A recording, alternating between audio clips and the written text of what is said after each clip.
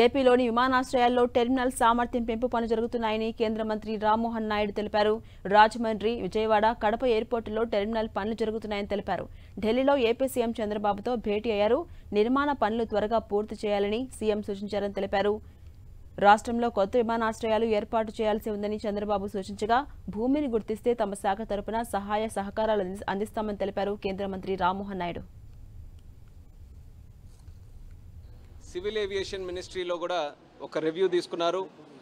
ఆంధ్రప్రదేశ్ రాష్ట్రానికి సంబంధించి civil aviation ఏ రకంగా ముందుకు నడిపించాలి, ఏ అవకాశాలు ఉన్నాయి, ఎయిర్పోర్ట్స్ని ఏ రకంగా డెవలప్ చేయాలి, అలాగే సివిల్ ఏవియేషన్కి సంబంధించినటువంటి మిగిలినటువంటి శాఖలో కూడా ఎలా ఆంధ్రప్రదేశ్ రాష్ట్రం ఆ అవకాశాలని సద్వినియోగం చేసుకోవాలన్న దాని మీద ప్రత్యేకంగా ఒక రివ్యూ మీటింగ్ కూడా జరిపడం జరిగింది.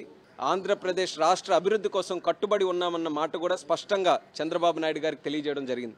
మరి ఇందులో ముఖ్యంగా మనం తీసుకుంటే సివిల్ ఏవియేషన్ అంటే ప్రధానంగా మనకు దృష్టికి వచ్చేది ఎయిర్పోర్ట్స్ కూడా ఈరోజు సుమారు 7 ఎయిర్పోర్ట్స్ ఆంధ్రప్రదేశ్ రాష్ట్రంలో ఈరోజు సివిల్ ఆపరేషన్స్ అన్నీ కూడా పనిచేస్తున్నాయి. మనకి నార్త్ టు సౌత్ కానీ మనం తీసుకుంటే విశాఖపట్నం, రాజమండ్రి, విజయవాడ, అలాగే మనకి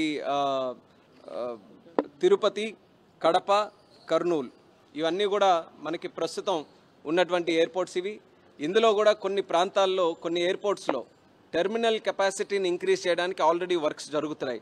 రాజమండ్రి కానివ్వండి, మనకి విజయవాడ కానివ్వండి, అలాగే కడప కానివ్వండి, ఆల్రెడీ టెర్మినల్ బిల్డింగ్స్ జరుగుతున్నాయి. చంద్రబాబు నాయుడు గారు ఏదైతే ఈ కన్స్ట్రక్షన్ యాక్టివిటీ ఉందో ఇది ఇమీడియట్గా ఈ యొక్క యాక్టివిటీని పూర్తి చేయాలని కూడా దిశ నిర్దేశం చేయడం జరిగింది.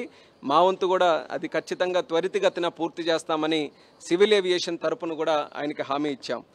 ఎక్కడికక్కడైతే కొన్ని ఐడెంటిఫైడ్ లొకేషన్స్ ఉన్నాయో అక్కడ భూమి కానీ రాష్ట్ర ప్రభుత్వం ఐడెంటిఫై చేయగలిగితే మినిస్ట్రీ ఆఫ్ సివిల్ ఏవియేషన్ ద్వారా ఖచ్చితంగా ఎయిర్పోర్ట్స్ కన్స్ట్రక్ట్ చేయడానికి మా వంతుగా సహాయ సహకారాలు అందిస్తామని కూడా మేము తెలియజేశాం.